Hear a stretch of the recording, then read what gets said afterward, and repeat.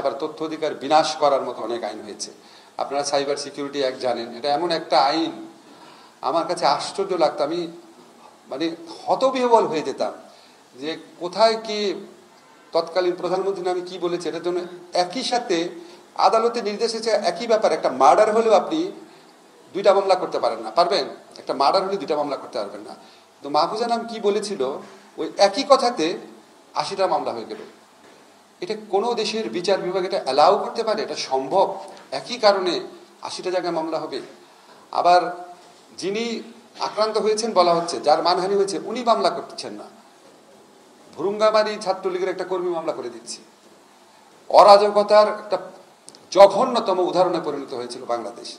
এগুলি আমরা যেন কখনো ভুলে না যাই, সো দ্যাট এটা যেন কখনো বাংলাদেশের ফিরে না আসে। এই জন্য আমাদের সরকারের পক্ষ থেকে আমরা তথ্য অধিকার বিরাশী যে সমস্ত আইন ছিল, যে সমস্ত আইন করার পরিকল্পনা ছিল, সেগুলি বাতিল করার চেষ্টা করব। ক্ষেত্র বিশেষে সংশোধন করতে হবে। যেমন ধরেন সাইবার সিকিউরিটি অ্যাক্টেরা অনেকের জনপ্রিয় দাবি হচ্ছে এটাকে বাতিল করে দেওয়া।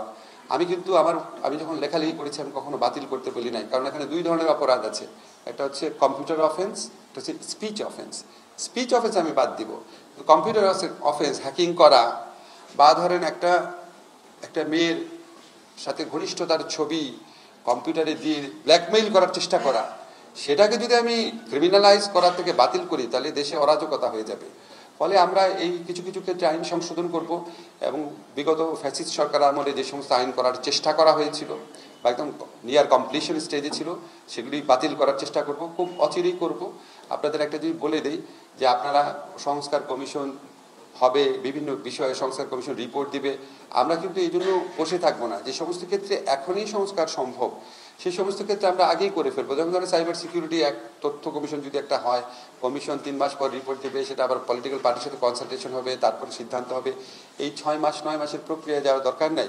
কিছু ক্ষেত্রে আমাদের সমাজে ইতিমধ্যে ঐক্যমত্য প্রতিষ্ঠিত হয়েছে যে সাইবার সিকিউরিটি একটা থরো একটা অ্যামেন্ডমেন্ট দরকার, রিফর্ম দরকার। এই সমস্ত ক্ষেত্রে আমরা অপেক্ষা করব না, যত তাড়াতাড়ি সম্ভব করব।